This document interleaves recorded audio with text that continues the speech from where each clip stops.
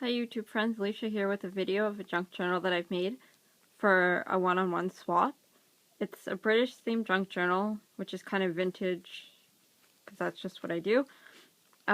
These are once again made out of envelopes, like the covers, and then this cover I had issues with.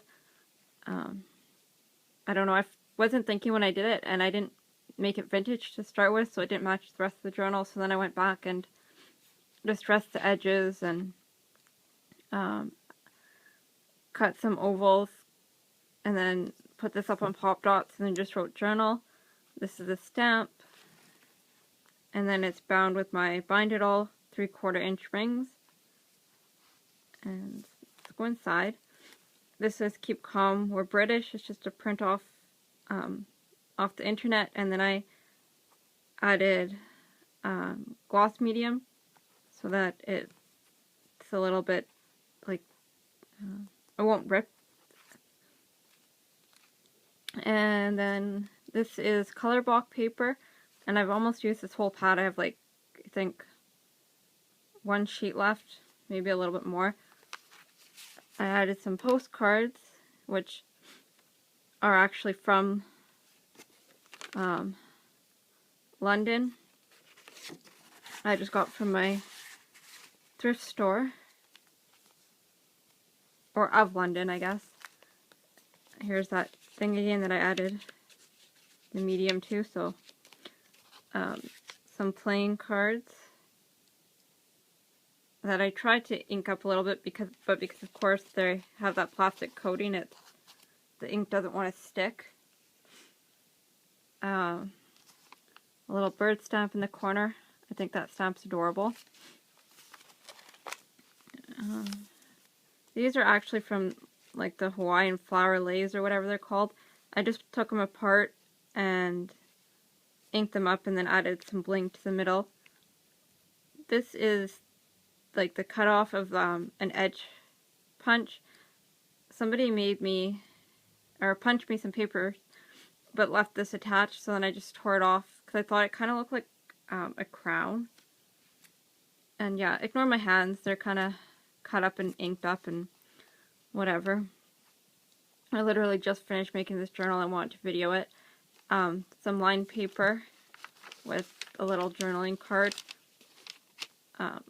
It's not coffee dyed. It's one of the few things in here that isn't. Another pocket. Just like that. And then I just added the bird there because I thought it was cute.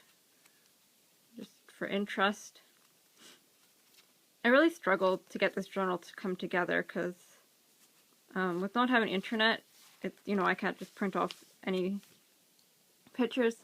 The few pictures that I do have in here, I went to my mom's one day and printed some, but most of the time I don't have that option.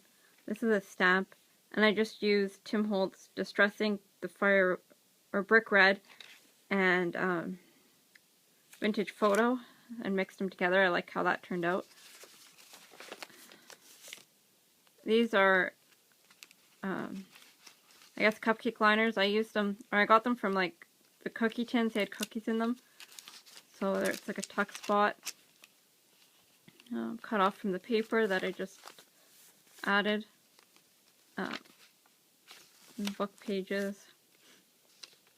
This is one of the $1.50 stamps that I got at Michael's the other day, and I was really glad for it because I didn't really have a lot of stamps for this either, so this one was really nice to come in to find.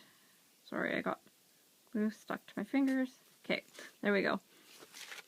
Another stamp. The stamp is from Lori, just a girl from the Bay. Thank you, Lori. And more of those flowers. An envelope. Somebody sent me those too, and I can't remember. I do so many swaps, you guys. And, you almost always get extra goodies when you swap with people, so I have lots of stuff from lots of people. These cards are from my thrift store. It's a whole deck of different roses. I use them a lot, actually. One of the towers. I don't know if this is what bridge this is. Another card or postcard. And then, okay, so this has a pocket here, and then a pocket here. Oops. Just because I didn't want to waste, you know, any of the paper. So I did a double pocket. A crown stamp, which is also from Lori.